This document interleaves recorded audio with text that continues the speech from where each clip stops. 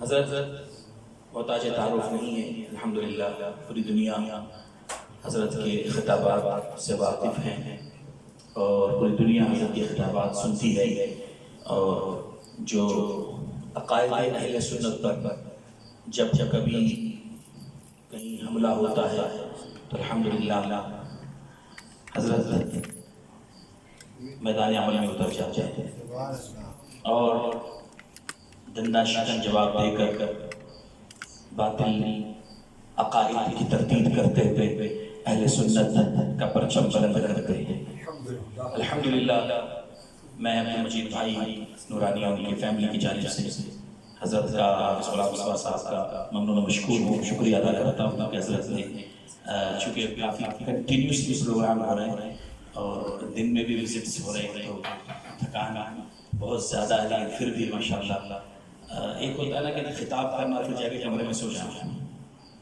ایسا نہیں ہے، بلکہ حضرت کا معاملہ یہ ہے کہ خطاب کے بعد بھی کم سے کم 4-5 گھنٹے لوگوں کے سوالات کے جوابات باتیں کرنا اور تشفی بخش جواب دینا، یہ الحمدللہ حضرت کا خاصہ ہے۔ یہ نہیں کہ صرف خطاب کی اور بعد میں ہو گیا، نہیں ایسا نہیں، بلکہ الحمدللہ ہم گھنٹوں بیٹھتے ہیں اور گھنٹوں باتیں ہوتی ہیں اور عقائد کے حوالے سے کوئی بھی سوال ہوتا ہے تو جب تک وہ دلیل کے ساتھ حضرت گفتگو نہیں کرتے اور آپ کو تشفی اور مطمئن نہیں کرتے، ماشاءاللہ شاہ صاحب اللہ خاموش رہتے ہیں۔ یہ الحمدللہ آپ بھی جانتے ہیں، آپ نے بھی صحبت اختیار کی ہوئی، اللہ تعالیٰ ایسے علماء اہل سنت کا سایہ ہم پر داتے باقی رکھے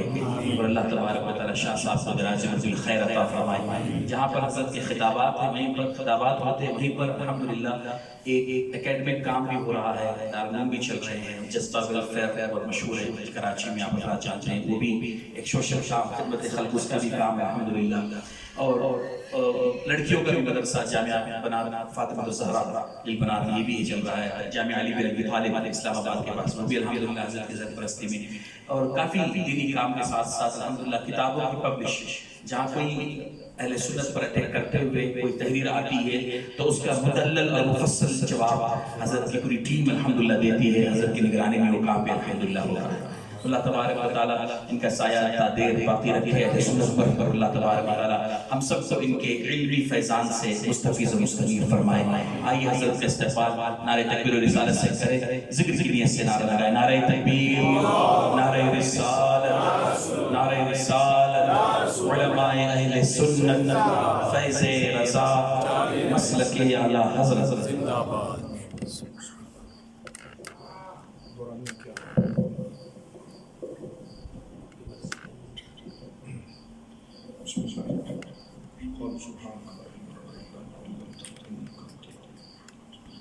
السلام علیکم ورحمۃ اللہ وبرکاتہ۔ وعلیکم السلام ورحمۃ اللہ وبرکاتہ۔ رب اشرح لی صدری ویسر لی امری واحلل عقدۃ من لسانی یفقهوا قولی۔ الحمدللہ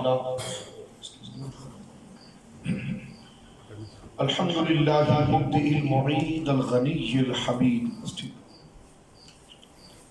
ذی العفو الواسع والعقاب الشدید، والصلاة والسلام علی اشرف الانبیاء خاتم النبیین سید المرسلین شفیع المذنبین سید الاولین والآخرین سیدنا و حبیبنا نبینا و کریمنا و مولانا محمد صلی اللہ علیہ وسلم عبدہ و رسولہ بالہدى والدین الحق ارسلہ۔ اما بعد فاعوذ باللہ من الشیطان الرجیم، بسم اللہ الرحمن الرحیم۔ لقد جاءکم رسول من انفسکم عزیز علیہ ما عنتم حریص علیکم بالمؤمنین رؤوف رحیم۔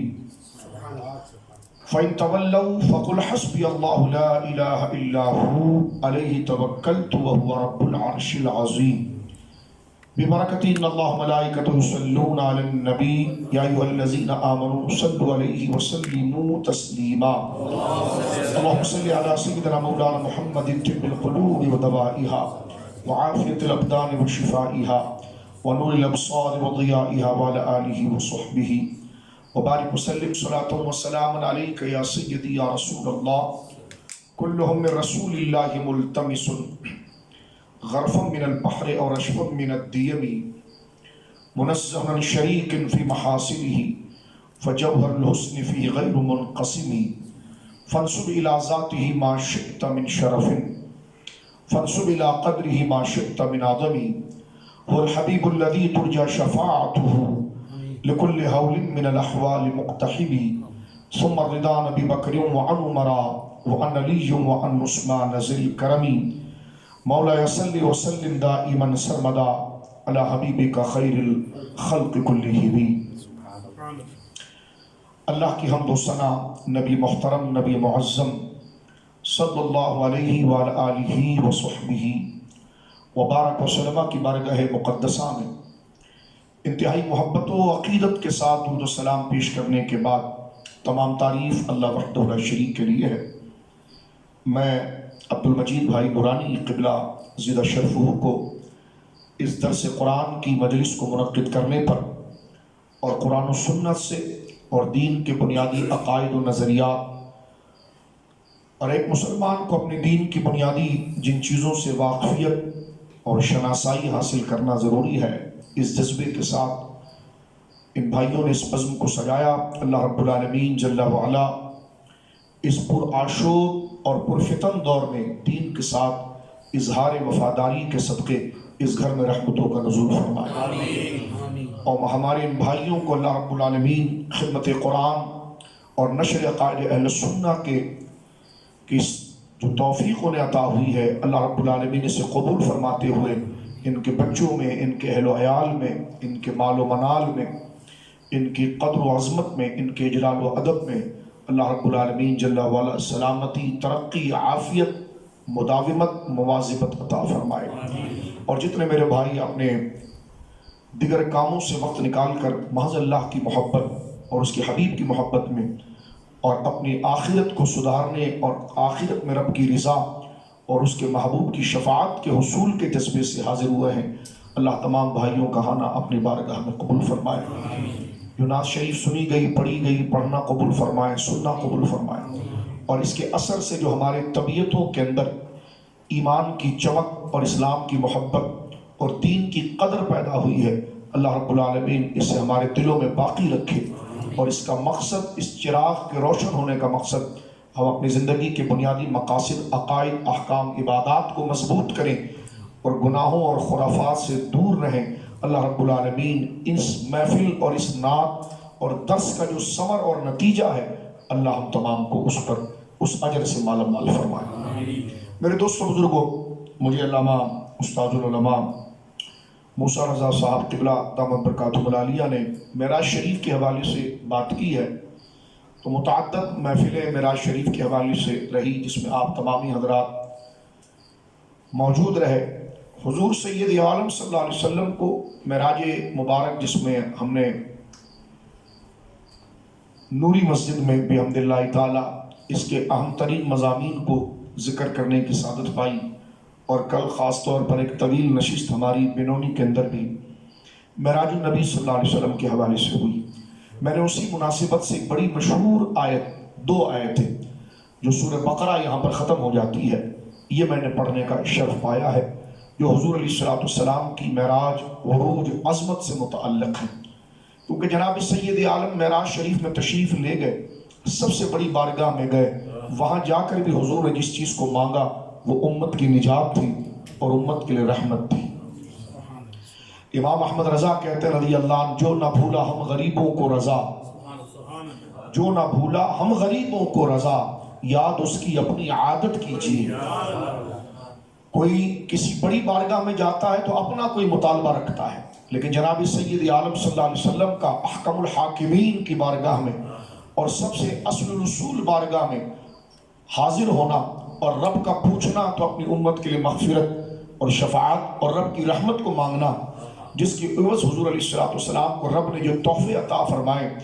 ان میں ایک تحفہ جو ہم نے کل بھی ذکر کیا صحیح مسلم شریف سے، وہ باتیں ذکر کر کے پھر میں یہ آیت کریمہ بھی ہمارے لیے کتنا بڑا تحفہ ہے اس پر بات عرض کرنا چاہتا ہوں۔ مسلم شریف کی حدیث ہے، رسول کریم نے ارشاد فرمایا اعطی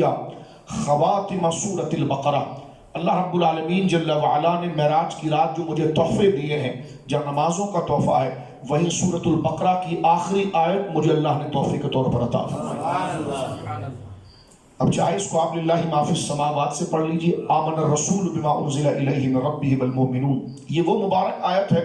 کہ جس کے ترجمے اور جس کی تفسیر کے لیے وقت ہو تو پھر ہمیں علماء کے ساتھ بیٹھ کر یہ کنز الایمان شریف لے کر اس کے حواشی میں جو اس کے معنی اور مفاہیم بیان کیے گئے ہیں اس کو پڑھنا چاہیے۔ یہ آیت کریمہ ایمان کی مضبوطی کے لیے اور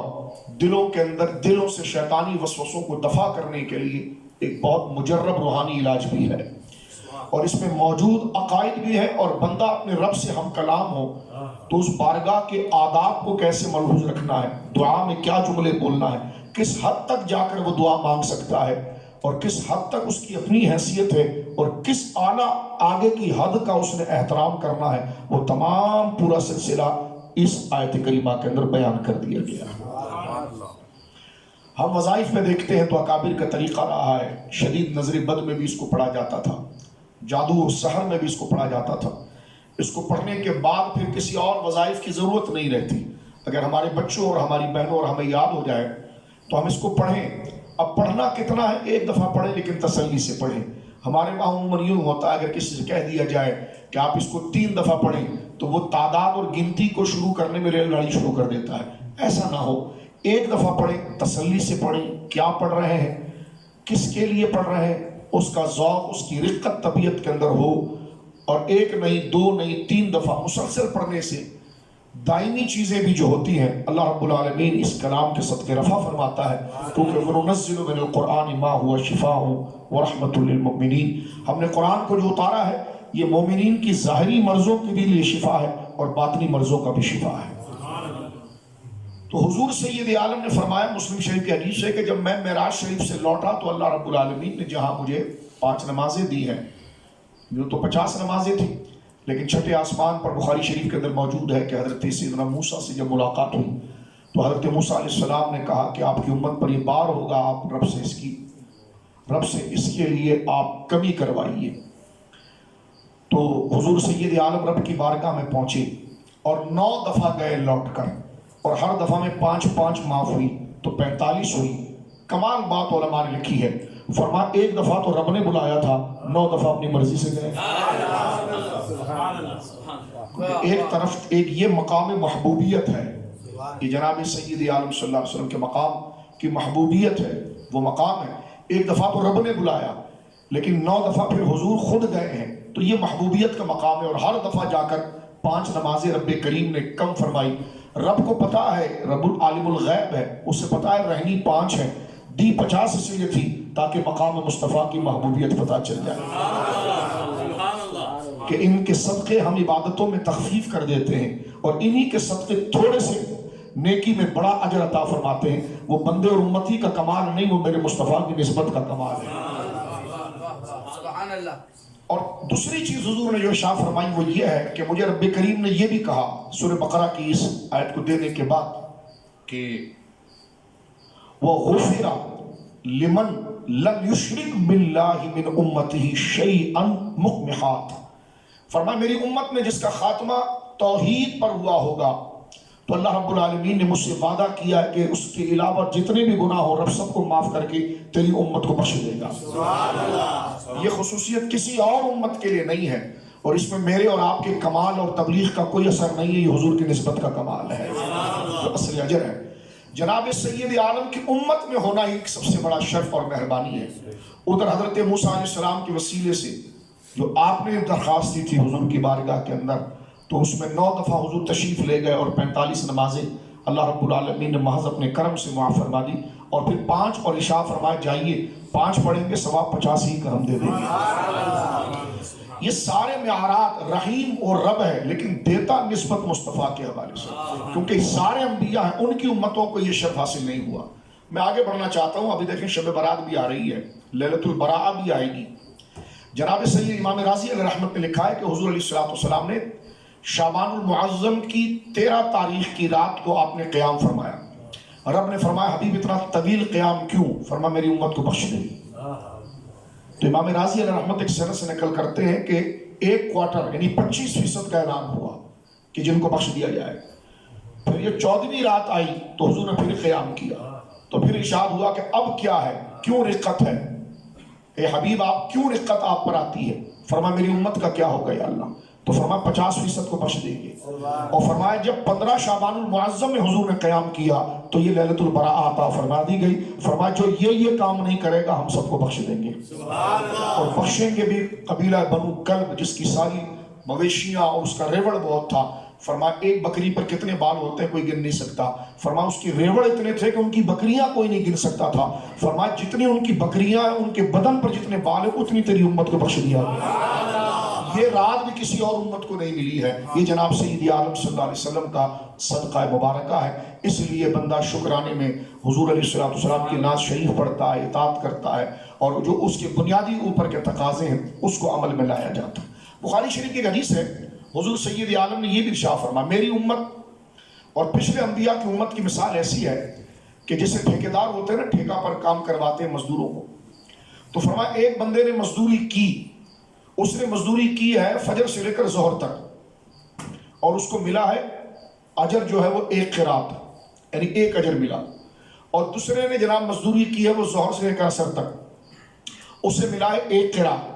اور فرمایا ایک نے مزدوری کی عصر سے لے کر مغرب تک، اس کے ملے 2، تو فرمایا میری امت وہ ہے جو عصر و مغرب کے درمیان ہے، کہ جن کو وقت عبادت کا کم ہے اور جن کے لیے مشقتیں کم ہیں اور اجر ان کا زیادہ ہے۔ اس سے ایک مسئلہ تو امام ابو حنیفہ رحمۃ اللہ علیہ کا بھی ثابت ہو گیا کہ عصر سے مغرب کا وقت کم ہوتا ہے اور ظہر سے عصر کا وقت لمبا ہوتا ہے۔ اگر یہ کہہ دیا جائے کہ عصر آپ نے ظہر کے بعد ہی اذان دے کر پڑھا دینی ہے اور پھر ظہر کے بعد مغرب کا، عصر کے بعد مغرب کا انتظار کرتے رہیے، تو یہ بخاری شریف کی حدیث سامنے موجود ہے۔ حضور نے اپنی امت کے لیے فضیلت یہ بتائی تھی کہ ان کا ڈیوریشن کم ہوگا اور اجر ان کا زیادہ ہوگا۔ تو یہ سب حضور سید عالم صلی اللہ علیہ وسلم کی مبارک نسبت ہی کا کرم ہے جو اللہ رب العالمین جل وعلا نے عطا فرمایا۔ جیسا حضور کی حدیث ہے کہ اللہ رب العالمین نے انبیاء پر جنت میں داخلہ حرام کیا ہے جب تک میں قدم نہ رکھوں، اور فرمایا اللہ رب العالمین نے ان انبیاء کی امتوں پر جنت میں داخلہ حرام کیا ہے جب تک میری امت قدم نہ رکھے۔ حدیث صحیح میں یہ بھی آتا ہے کہ اللہ رب العالمین میدان محشر کے اندر انبیاء کرام کے ممبر لگوائے گا جس پر ہر نبی اپنے ممبر پر بیٹھے گا، جناب سید عالم نہیں بیٹھیں گے، اور حضور سید عالم صلی اللہ علیہ وسلم اللہ رب العالمین جل وعلا کے سامنے ہوں گے جو قوم کا فیصلہ ہوگا۔ رب فرمائے گا حبیب آپ کے لیے ممبر بنا ہے، آپ بیٹھتے کیوں نہیں ہیں؟ فرمایا میں ادھر چلا گیا تو یا اللہ میری امت کا کیا ہوگا؟ رحمت جوش میں آ کر کہے گی حبیب جیسا تو چاہتا ہے ویسی تیری امت کے بارے میں کہے۔ مسلم شریف کتاب الایمان کی طرف اگر آپ آ جائیں تو ایک روایت اور یہاں پر ملتی ہے، جناب سید عالم صلی اللہ علیہ وسلم نے ایک رات قیام فرمایا اور پاؤں متورم ہو گئے، یعنی پاؤں پر ورم آ گیا، وہ پوری رات قیام کریں امت کے لیے اور 2 منٹ کے لیے آپ کھڑے ہو جائیں تو اگلا کہ یہ کہاں سے ثابت ہے؟ تو میں نے کہا یہ کتابوں کا مسئلہ نہیں ہے، یہ کوئی ارادت کا مسئلہ ہے میرے دوست، یہ تھوڑی وفاداری اور توجہ کا مسئلہ ہے۔ اس لیے امام احمد رضا نے کہا کہ جو نہ بھولا ہم غریبوں کو رضا، یاد اس کی اپنی عادت کیجیے، اپنے دیگر لوگوں کے لیے اگر قیام کر دیا جائے تو جناب وہ سب جائز ہو جاتا ہے۔ جناب سید عالم صلی اللہ علیہ وسلم کے عشق کو دل میں ابھارنے کے لیے بیٹھ کر بھی درود ہو سکتا ہے، لیکن کھڑے ہو کر اپنے بدن کو پوزیشن دے کر اپنی طبیعتوں میں مزید راحت پائی جائے تو وہ کوئی بدعت شدت نہیں ہوتا ہے، یہ بولنے والے خود بدعتی ہوتے ہیں، یہ حضور سید عالم کی محبت کے تقاضوں میں سے ایک تقاضا ہے۔ مسلم شریف کی حدیث ہے، میں اس کا جملہ پڑھ کر قرآن کی اس آیت کی طرف آتا ہوں تاکہ مضمون یہاں مکمل ہو جائے۔ رسول کریم صلی اللہ علیہ وسلم مسلم شریف کتاب الایمان میں یہ صحیح حدیث ہے کہ حضور سید عالم نے قیام فرمایا رات کے وقت اور 2 نبیوں کا ذکر کیا، ایک سیدنا عیسیٰ ایک سیدنا ابراہیم، اور ان نبیوں نے اپنی امت کے بارے میں جو بولی تھی کہ یا اللہ ہم نے اپنی قوم کو سمجھا دیا اب وہ مانتی نہیں ہے تو جان اور تیرے بندے جان۔ تو حضور سید عالم صلی اللہ علیہ وسلم وہ قیام کر رہے ہیں کہ یا اللہ ہر نبی نے اپنی امت کو تیرے حوالے کیا اور میں اس بات سے ڈرتا ہوں کہ میں تیرے حوالے کروں اور تیرا عدل غالب آ جائے تو میری امت کا کیا ہوگا۔ تو مسلم شریف کی حدیث ہے کہ اس وقت حضرت جبریل علیہ السلام کو اللہ رب العالمین نے بھیجا، اور جملہ کیا ہے یہ ذرا سنیے، اللہ رب العالمین جل وعلا نے بھیجا اور کہا پوچھو ہمارے حبیب سے کہ اس نے قیام کیوں کیا ہے اور اس کی آنکھوں میں آنسو کیوں ہے۔ جب حضور سید عالم کو جبریل نے آ کر یہ کہا کہ آپ کی آنکھوں میں آنسو کیوں ہیں، تو حضور نے فرمایا میں جس کے حضور کھڑا ہوں وہ بہتر جانتا ہے. یعنی حضور کو اتنی حیا ہے کہ میری امت کے کیا معاملات ہیں جبریل کو بھی نہیں بتاؤں گا. پل سے اتارو راہ گزر کو خبر نہ ہو، جبریل پر بچھائیں پر کو خبر نہ ہو. ہم جبریل کے پر کی طرف نہیں جائیں گے یا رسول اللہ، آپ کی شفاعت کی طرف آئیں گے. تو جناب سید عالم صلی اللہ علیہ وسلم یہ نہیں بتاتے کہ میں اپنی امت کے غم میں کھڑا ہوں اور ان کے لیے معافی چاہتا ہوں، بلکہ فرمایا میرا رب بہتر جانتا ہے. جب جبریل رب کی بارگاہ میں یہ عرض کرتے ہیں تو رب فرماتا ہے جاؤ اعلان کرو اور میرے حبیب سے کہو کہ آپ نے رونا نہیں ہے، مسئلہ امت کا ہے، آپ نے مشقت میں نہیں آنا ہے. فرمایا اِنَّا سَنُرْضِيكَ فِي أُمَّتِكَ، یہ مسلم شریف کے الفاظ ہیں. اِنَّا سَنُرْضِيكَ فِي أُمَّتِكَ وَلَا نَسُوكَ، ہم تجھے تیری امت کے بارے میں راضی کر دیں گے اور ناراض نہیں کریں گے. امام سیوطی کہتے ہیں یا امت کے دو طبقوں کی طرف اشارہ ہے، راضی اس کے لیے کریں گے جس نے نیکیاں کی تھی، اور ناراض اس کے لیے نہیں کریں گے جو ایسے ہی تھا لیکن کلمہ پڑھتا تھا. فرمایا اس کو بھی بخش دیں گے. علامہ ابن حجر اسقلانی لکھتے ہیں رحمۃ اللہ علیہ، اتنا عظیم کلام اللہ رب العالمین نے کسی نبی سے نہیں کیا. یہی بات امام نووی رحمۃ اللہ علیہ نے لکھی ہے. تو یہ معراج کا تسلسل ہے اور اس باتوں کو یاد رکھنا ضروری ہے تاکہ دل کے اندر حضور سید عالم صلی اللہ علیہ وسلم کی وفاداری باقی رہے. اب اس بات کو ذکر کرنے کے بعد اور یہ تمام باتیں اگر ذہن میں رہیں گی تو ایمان مضبوط رہے گا. میں نے جو آیت کریمہ پڑھی ہے لَقَدْ جَاءَكُمْ رَسُولٌ مِّنْ أَنفُسِكُمْ، آخر تک دو آیتیں ہیں. یہ سورۃ التوبہ کی آخری آیت ہے، دو آیتیں ہیں. یہ اتنی با کمال آیت ہے اور اس میں اتنے با کمال درجے پر آقا کا مقام بتایا گیا ہے اور اس میں حضور کی شان بتائی گئی ہے، تو امت کے لیے اس میں روحانیت بھی اتنی رکھی گئی. اللہ اکبر. یہ جو آیت ہے یہ ہر مسلمان کو یاد ہونی چاہیے. یہ تو قرآن پورا یاد ہونا چاہیے، لیکن جو نمازوں میں پڑھنے والی صورتیں ہیں وہ زیادہ سے زیادہ یاد ہونی چاہیے. لیکن بالخصوص یہ باتیں جس سے اللہ کے کرم اور حضور کی رحمت کے اوپر بندے کا دل جمتا ہے اور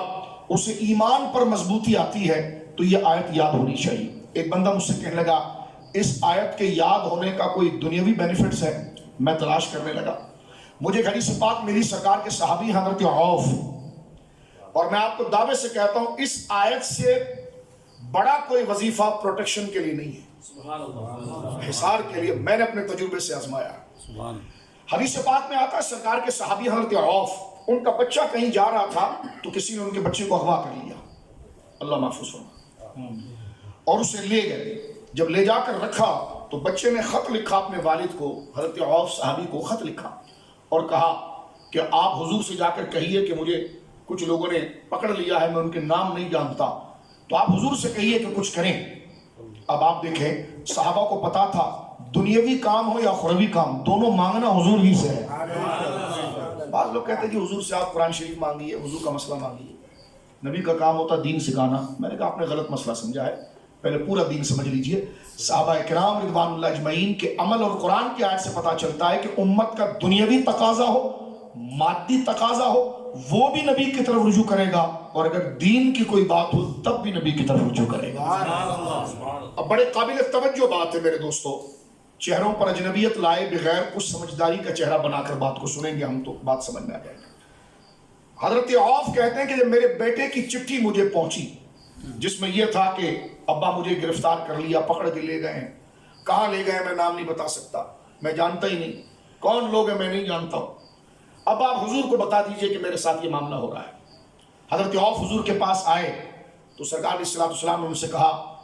کہ تجھے یہ پتا ہے کہ پرچی کون لایا تھا؟ کہاں ایک بندہ لایا تھا. کہا وہ دوبارہ ادھر جا سکتا ہے؟ کہاں جا سکتا ہے. کہا اس کو کہنا کہ تیرا بیٹا پڑھے لقد جاءکم رسول من انفسکم عزیز علیہ ما عنتم حریص علیکم بالمؤمنین رؤوف رحیم فإن تولوا فقل حسبی اللہ لا الہ الا ھو علیہ توکلت وہو رب العرش العظیم. اور فرمایا تیرا بیٹا یہ پڑھے اور تم کثرت سے تو اور تیری بیوی پڑھے لا حول ولا قوت الا باللہ العلی العظیم. صحابی کہتے ہیں کہ چند دن نہیں گزرا تھا وہ دشمن غافل ہوئے جو تھے، میرا بچہ آسانی سے آیا، میں نے جو جرمانے میں اونٹ دیے تھے ان کو بھی گھسیٹ کے ساتھ لے آیا، ان کو پتہ ہی نہیں ہوا اور میرا بچہ میرے گھر پہنچ. اس دوران جب میں تلاش کر رہا تھا اس طالب علم کے، ایک تو یہ حدیث پاک ملی حضرت عوف سے، جو اب آیت کا میں ترجمہ آگے پڑھوں گا۔ حضرت عبداللہ ابن عباس رضی اللہ تعالیٰ عنہ یہ ارشاد فرماتے ہیں کہ کسی کو اگر کسی ظالم بادشاہ کا ڈر ہو، کسی ظالم بادشاہ کا ڈر ہو، کسی عہدے رکھنے والے اقتدار حاکم کا ڈر ہو، یا وہ کسی کشتی کے اندر سوار ہے اس کو غرق ہونے کا ڈر ہو، فرمایا وہ کثرت کے ساتھ اس کو پڑھے، ظالم بادشاہ کی بھی نگاہیں اس کے آگے جھک جائیں گی، جبکہ اس کی نیت درست ہو، وہ خود خطا پر نہ ہو، وہ ظالم اس نے لفظ کر رہا ہو، وہ اگر اس پر ظلم کرنا چاہے، مارنا چاہے، قتل کرنا چاہے، چھیننا چاہے، حضرت سیدنا عبداللہ ابن عباس اہل بیت فرماتے ہیں اس آیت کریمہ کو اگر پڑھ لیا جائے تو فرمایا کہ وہ بادشاہ کا دل بھی اس کے لیے نرم اور خوف سے نظریں جھکے گی، اور اگر کسی بحران میں اگر پھنس گیا ہے تو اللہ رب العالمین اسے کنارے پر لگائے گا، کیونکہ یہ وہ مبارک آیت ہے جس میں حضور کی شانوں کو بڑے زور سے بیان کیا گیا ہے۔ اب میں عرض کروں تو دو باتیں یہاں پر ہوگی۔ تیسرا ایک حوالہ میرے ذہن میں یہ بھی آتا ہے کہ حافظ ابن قیم جو ہیں اس طرف کے، انہوں نے کتاب لکھی ہے درود پاک کے فضائل پر، اس میں ایک واقعہ بڑا زبردست انہوں نے نقل کیا، اور الحق ما شہدت بہ الاعداء کے تناظر میں وہ کہتے ہیں کہ حضرت ابو بکر شبلی رضی اللہ تعالیٰ جو بغداد شریف کے اجلہ اولیاء میں سے ہیں، غوث پاک کے شجرے میں اوپر آتے ہیں ان کا نام، وہ اپنے جذب اور اللہ کی محبت میں ایسے تھے کہ لوگ اپنے نادانی میں ان کو دیوانہ سمجھتے تھے۔ ایک دفعہ وہ اپنے حجرے سے نکل کر جا رہے تھے تو ایک بغداد شریف کے دوسرے ولی اٹھے اور انہوں نے حضرت ابو بکر شبلی کو دونوں بازوں سے پکڑا اور ان کی پیشانی کے درمیان چوما، تو ان کے چاہنے والوں اور ان کے شاگردوں نے کہا کہ حضور ابو بکر شبلی تو دیوانہ ہے اور آپ نے اس کی پیشانی چومی۔ فرما میں نے حضور کو کئی دفعہ خواب میں دیکھا، حضور اس کے ساتھ یہی معاملہ کرتے ہیں۔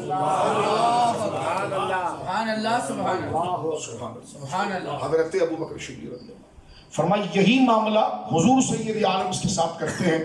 اور میں نے حضور سے پوچھا کہ یا رسول اللہ صلی اللہ علیہ وسلم آپ اس ہمارے بغداد میں تو اسے دیوانہ سمجھا جاتا ہے ابو بکر شبلی کو رضی اللہ عنہ، اور آپ اس پر اتنا کرم کیوں فرماتے ہیں؟ فرمایا اس لیے کہ ہر نماز کے بعد بیٹھ کر یہ آیت پڑھتا ہے لقد جاءکم رسول من انفسکم عزیز علیہ ما عنتم حریص علیکم بالمؤمنین رؤوف الرحیم فإن تولوا فقل حسبی اللہ لا الہ الا هو علیہ توکلت وهو رب العرش العظیم۔ محبت سے کوئی چپ نہ رہو، سبحان اللہ کو اس بات پر بھی نہیں بولنا تو جاؤ باہر جاؤ گھوم کر آؤ۔ یہ اس آیت کی شان ہے۔ اللہ اکبر، توجہ ہے۔ سبحان اللہ، سبحان اللہ۔ ہم تبلیغی ملا تو ہے نہیں کہ آپ کو گھیرنے آئے ہیں، آپ سے دل کی بات قرآن کی بات کر رہے ہیں، تو اس لیے آپ سے تاثر بھی چاہتے ہیں کہ جو بات کی جائے اس کی آپ قدر کریں، سبحان اللہ۔ کیونکہ مطمع نظر آپ کی جیب اور منفعت تو میرا ہے نہیں، مسئلہ عقیدہ ہے اور دین ہے، تو اپنے چہرے پر جاذبیت لائیے۔ گز بھر کا آدمی ہوتا ہے، ہم اس کو عزت سے دیکھتے ہیں، اس سے بڑی کون سی بات ہوگی، اس پر عزت سے بولیے سبحان اللہ۔ یہ میں کوئی ایسا طنز نہیں کر رہا، ہمیں احساس ہونا چاہیے کہ ہم کس چیز کو لے کر چل رہے ہیں۔ کبھی کبھار بندہ جذبہ دلانے کی بجائے جو نا وہ لوگوں کی گیدرنگ بڑھانے کے چکر میں کہتا ہے کہ نہیں اگر کوئی بات صحیح کر دوں گا تو لوگ بھاگ جائیں گے، میرے قبر میں پھر بھی تو اکیلا ہی جائے گا۔ صحیح بات ہے، واہ واہ واہ واہ واہ۔ بہت بڑی روحانی جماعت اور اصلاحی جماعت بھی بنائے گا تب بھی وہ سب تجھے اکیلے ہی چھوڑ جائیں گے، لہٰذا مجمع میں جو اللہ چاہتا ہے بول دے بس اس کو۔ تو اللہ رب العالمین ہمیں مضامین کا احساس اور اس کی قدر کی مجھے اور آپ کو توفیق عطا۔ جب تک ہم زندہ ہیں تو ہم سب فتنے میں ہیں۔ اب یہ بات جب میں نے کر دی آپ کے سامنے، 3 فضیلتیں ہیں، اللہ اکبر، تو مجھے بتائیے اس کی شان کیا ہے؟ اس میں اس لیے کہ اس آیت کے اندر حضور کے کمالات بیان کیے گئے، صرف ایک آیت، کیونکہ 2 آیتیں ہیں، میں جلدی جلدی بات اس لیے کر رہا ہوں تاکہ آپ اس کو سمجھ بھی سکیں اور بات ہمارا سلسلہ مکمل ہو جائے، اور ہمیں خاندان کی طرح بیٹھے ہیں، اس لیے میں یہ بات اتنے بے تکلف ہو کر آپ سے کر رہا ہوں کہ اس آیت کو سمجھنے کی کوشش کریں، اس کو محسوس مت کیجیے گا، اس لیے نہیں کہ مجھے یہ روب اور دبدبہ ملا ہے تو میں آپ سے بات کروں، نہیں، آپ ہم سب بھائی ہیں، ہم اپنے رویے سے اس احساس کو بیدار کریں، اور اللہ رب العالمین ہمارے دل کو بھی اور آپ کے دل کو بھی قرآن کی تعلیم اور اس مضمون کے لیے نرم فرمائے۔ میرے دوستوں بزرگوں، یہ جو آیت ہے، اب اس کے ترجمے کی طرف میں چلتا ہوں، میں نے اس کے فضائل آپ کو نہیں اپنے آپ کو سمجھائے ہیں۔ یہ 3 باتیں، ایک تو یہ حفاظت کے لیے بھی ہے، با کمال بھی ہے، دیگر اور مضامین ہے، سرکار سید عالم صلی اللہ علیہ وسلم کے دیدار کے لیے یہ عملی ہمارے اکابر کا یہ طریقہ رہا ہے، ان آیتوں کو زبانی یاد کرنا اور نماز کے بعد اس کو پڑھنا۔ اس کے پڑھنے کے حوالے سے بزرگوں نے یہ بھی دیا ہے کہ اگر موت قطعی نہ ہو باقی کوئی چیزیں ہوں، کوئی چیز قریب نہیں آ سکتی اگر بندہ اس کو پڑھنا شروع کر دے۔ لہٰذا ہم ایسی جعلی پیروں کے پاس جانے کی بجائے جب حضور ہمارے سب سے بڑے مرشد ہیں، اس سرکار نے جب یہ مقام بتا دیا ہے تو ہم اپنا پیسہ بھی بچائیں، اپنا وقت بھی بچائیں اور قرآن کی طرف جائیں اور اللہ رب العالمین کے محبوب کی شان یہ پڑھنے کا۔ ایک بندہ کہنے کا مجھے تو کچھ بھی نہیں ہوا، میں نے کہا پڑھنے کا ثواب تو مل گیا نا میرے تو، پڑھ تو قرآن ہی رہا تھا۔ اب آیت کے ترجمے کی طرف میرے بزرگوں دوستوں توجہ میں چاہوں گا۔ آئیے، لقد جاءکم رسول من انفسکم، آپ نے کئی بزرگوں سے یہ بات سنی ہوگی، اس سبق کو دوبارہ تازہ کرتے ہیں۔ اللہ رب العالمین کا ارشاد ہے کہ تحقیق آیا تم میں سے ایک رسول، لقد جاءکم رسول من انفسکم ای منکم، اس کی تفسیر ہے کہ یہ رسول جو آئے ای منکم محمد رسول اللہ صلی اللہ علیہ وسلم، تحقیق یہ رسول تم میں سے آئے۔ کیا مطلب؟ یعنی تمہارے خاندان بنو اسماعیل سے ہے، قریش ہے، بنو ہاشم ہے، تم ان کے خاندان کو بھی جانتے ہو، تم ان کے والدین کو بھی جانتے ہو، یہ تمہارے درمیان 40 سال پہلے گزار چکے ہیں، تو ان سے اجنبیت کیسی تمہاری؟ کیوں ان کی بات نہیں سنتے؟ کیا انہوں نے اپنا 40 سال اپنے عمل سے ثابت نہیں کیا کہ تمہیں اپنے قریبی بندے کے سامنے امانت رکھتے ہوئے ڈر لگتا تھا، لیکن ان کے پاس دل کی بات ہو یا مال ہو رکھنے میں کوئی ڈر تک نہیں لگتا تھا؟ تو یہ صادق بھی اور امین بھی ہے، اور پھر ہیں تمہیں میں سے، تو فرمایا کہ یہ تمہیں میں سے ہیں تو ان کے قریب آؤ، ان کی بات سنو اور اپنی ہدایت کو سمجھو۔ لقد جاءکم رسول من انفسکم عزیز ای شدید، عزیز بہت شدید ہیں،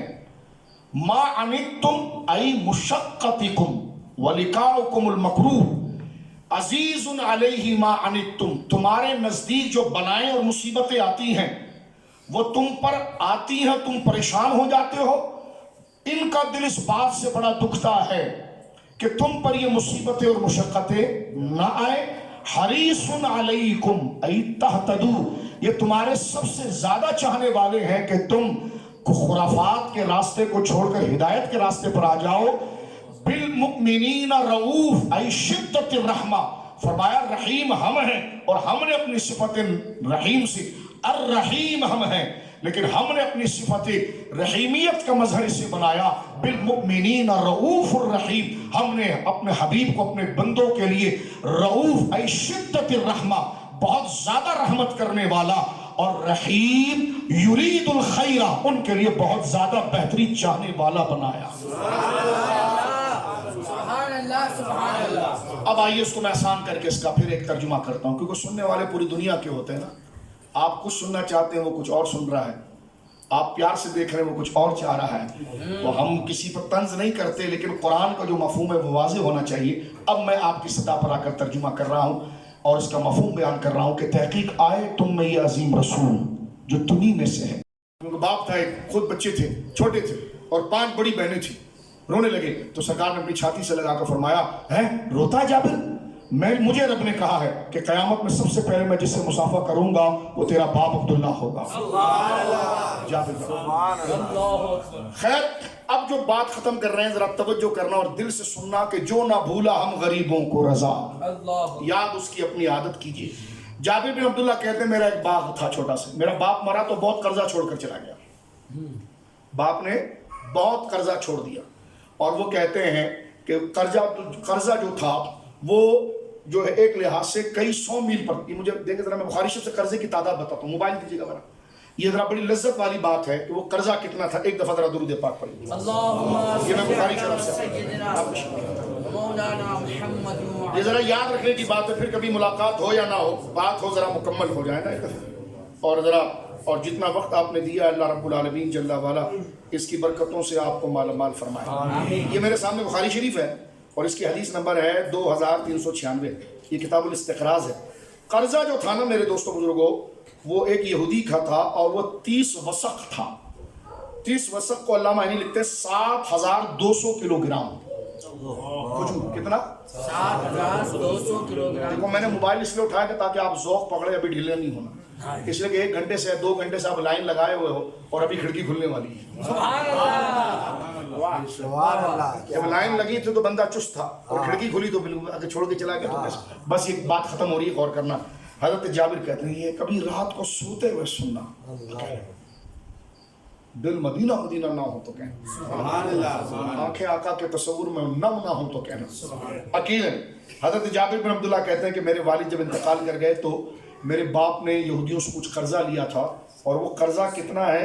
بخاری شریف میں ہے کہ 30 وسق۔ کتنا ہے جی؟ 30 وسق۔ کہتے ہیں کہ جناب جو ہے کہ وہ قرضہ جو میرے اوپر تھا، فرماتے ہیں وہ 30 وسق، ترک علی 30 وسقا، ترک، فرماتے ترک علیہ 30 وسقا، میرے باپ نے 30 وسق قرضہ چھوڑا تھا، جو موجودہ حساب سے بنتا ہے 7200 کلو گرام۔ اور کہتے ہیں میرا باغ جو تھا نا، وہ میرے باغ کا جو حصہ تھا اس کو اگر میں جمع بھی کرتا تھا تو وہ 4080 کلو سے زیادہ کا نہیں تھا، اور قرضہ جناب جو تھا وہ 60,000 کا تھا۔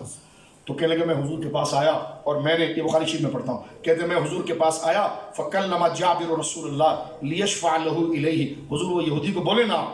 کہ مجھ پر رحم کر دے، آدھا قرضہ اس موسم میں لے لے،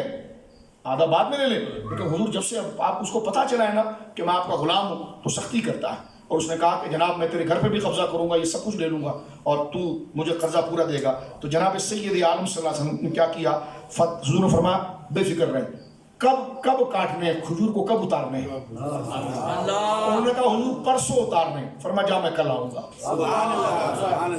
سبحان اللہ، سبحان اللہ، آتے ہیں حضور میرے بھائی، تو غم میں اپنے دوست پہ بھروسہ کرتا ہے، کبھی ان پر کر۔ مولانا حسن رضا خان رحمہ اللہ، ایک دفعہ میں اور یہ بچہ غلام مصطفیٰ ہم طواف زیارت کر رہے تھے، تکرار لگ گئی شعر پر، خدا کی قسم لگتا تھا کہ زمین پر پاؤں نہیں ہوا میں چل رہا ہے۔ کیا لکھتے ہیں مولانا حسن رضا خان صاحب، یاد ہے تمہیں؟ حسن ان کا نام لے کر، میں آپ مجھے ٹیلی فون کرو یار میں پریشان ہوں آجا، میرے آنے میں 10 منٹ لگے گا، آدھا گھنٹہ لگے گا، میرے کو 4 اور گراہک نپٹانے ہوں گے، اور دندہ لگا ہوا ہے، میں کب آؤں گا؟ لیکن مولانا حسن رضا بریلوی لکھتے ہیں حسن ان کا نام لے